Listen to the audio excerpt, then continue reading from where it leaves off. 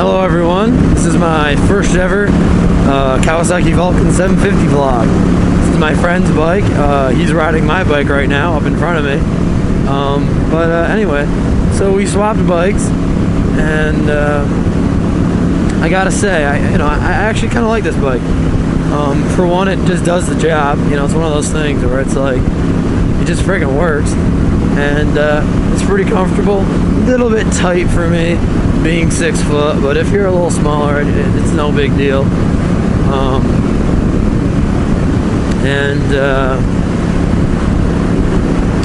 I like it. But anyway, not the point, we're vlogging. So the vlog here is, what is the perfect commuter bike? Now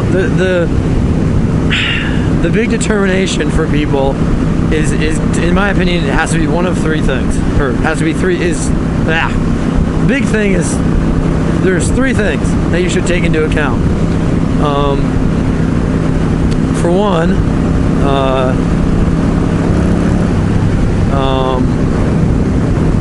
it's the distance you're traveling. Is your commute around town? Is it primarily on the highway? Is it a long commute, like 50, 60 mile commute? And what kind of job are you doing once you get there? Where's your bike going to be sitting? Parking garage, city street, just a parking lot? Is going to be parked in your office? That sort of thing. And price point. And if you're going to use your bike for anything else other than commuting. In my opinion, a bike like this, it's a Kawasaki Vulcan 750, is a pretty damn good commuter bike. It's light and nimble for the city. It's comfortable enough to take on the highway for a shorter highway commute. Now keep in mind, I'm at 60 miles an hour at 4,000 RPM. So you are going to be turning higher RPMs if you're going 75, 80 on the highway. That's why you might want to pick a little bit bigger bike for a commuter bike on the highway. But a bike like this has plenty of power, especially for around town. It's probably a better bike than my Sportster up there for around town, because it's lighter, more nimble, and probably gets a little bit better fuel mileage. Now this bike's also water cooled. What that's going to give you is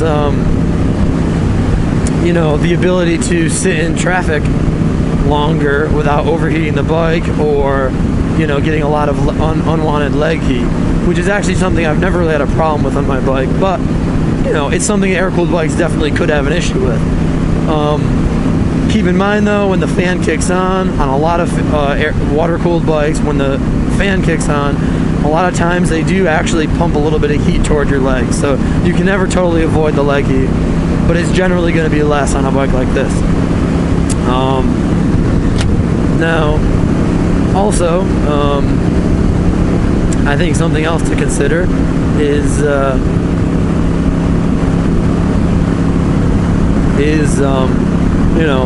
mileage you want to get. If you're going on a 70 mile commute or a 60 mile commute and you're trying to save money, you definitely want to find a bike that can handle that commute, especially if it's fast-paced highway riding, but also gets pretty good mileage.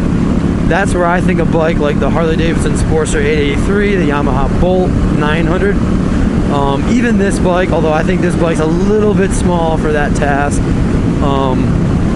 comes in handy, because you get, in my opinion, you get good enough gear ratios and power where you can really sustain 70 miles an hour on the highway pretty comfortably, while also getting good mileage. I think my bike is well suited for that as well. I think my bike's actually more suited for a long highway commute than that. Now, the big thing too is, if you're going to be riding your bike on the weekends and not just commuting, then you might want to step up the size a little bit. If you're going to take 200-300 mile rides on the weekends, you might want to consider getting yourself a 1200 Sportster, a Dyna Lowrider, a Victory Highball, let's say, or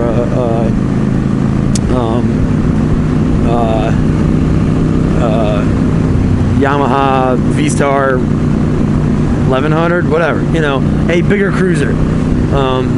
You know, that might be something you want to consider, because if you're going to take it out longer rides in the weekends, you might say, okay, let me sacrifice some miles per gallon, but in return I'll get a little bit more comfort and a little bit more rideability for longer distances. Totally up to you, you know.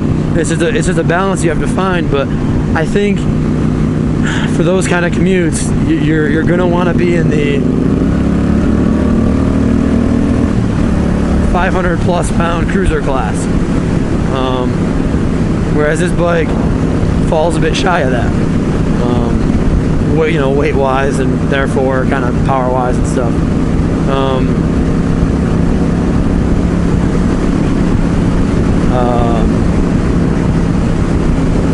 As for pure city commuting, I think any 250 will do pretty well, but you know, just because you're commuting 10 miles in the city or 20 miles in the city, you know, that can result in a long commute. So keep that in mind. You know, don't buy a bike that's real small, and you know, you're a big guy. You know, you buy a 250. Oh, I don't need anything more. I'm just commuting in the city.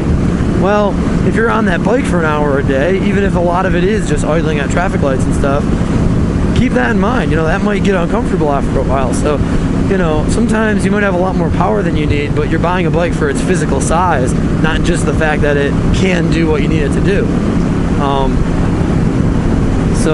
You know, just keep that in mind when you're looking for bikes, you know, commuter bikes, and just bikes in general. You know, really try to find something that will fit you and cater to all of your needs as best as possible.